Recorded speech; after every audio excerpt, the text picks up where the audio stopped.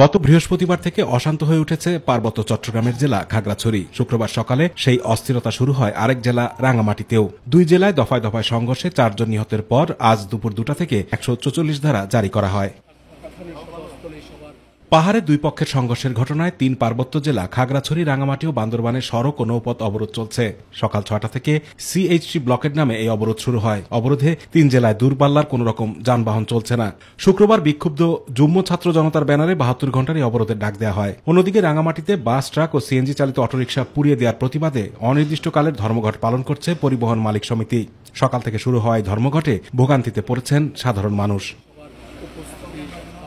এদিকে পাহাড়ে অস্থিরতার ঘটনায় পার্বত্য এলাকা পরিদর্শন করেছে সরকারের উচ্চ পর্যায়ের প্রতিনিধি দল। সকাল 11:56 স্বরাষ্ট্র উপদেষ্টার নেতৃত্বাধীন উচ্চ পর্যায়ের প্রতিনিধি দলটি রাঙ্গামাটি পৌঁছায়। সেখানে জেলা প্রশাসক কার্যালয়ে সার্বিক পরিস্থিতি নিয়ে সংশ্লিষ্টদের সঙ্গে মতবিনিময় করেন তারা।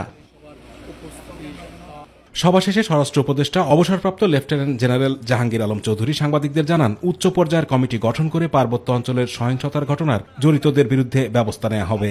উচ্চ ক্ষমতা সম্পন্ন একটা তদন্ত কমিটি গঠন করব এবং এটা আমাদের সহকর্মীদের সাথে আলাপ করার পর। দ্বিতীয় প্রশ্ন হলো, আইন শৃঙ্খলা কোনো অবস্থায় অবনতি হতে দেওয়া যাবে না। আমি আপনাদের সবাই সহযোগিতা চাচ্ছি। যারা আইন শৃঙ্খলা অবনতি করবে তাদের কোনো অবস্থায় আমরা ছাড় দিব না।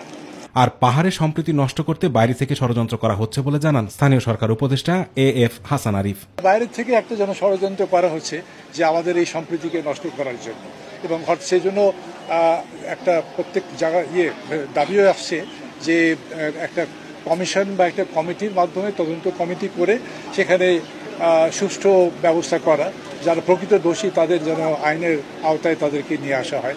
অন্যদিকে ফেনীতে ডাক, টেলিযোগাযোগ ও তথ্য প্রযুক্তি মন্ত্রণালয় এবং তথ্য সম্প্রচার মন্ত্রণালয়ের উপদেষ্টা নাহিদ ইসলাম বলেন, পার্বত্য চট্টগ্রাম অথবা পার্বত্য এলাকার কোথাও সরকারিভাবে ইন্টারনেট সংযোগ বন্ধ করার কথা সত্য নয়। এরকম কোনো নির্দেশনা হয় না এবং এরকম কোনো ঘটনাও ঘটে নাই যে পার্বত্য চট্টগ্রাম বা কোনো একটা জায়গায় সেখানে দীর্ঘ সময় ইন্টারনেট বন্ধ ছিল, এরকম প্রমাণ কেউ দেখাতে পারবে না। সো এই বিষয়টি আসলে সত্য নয়।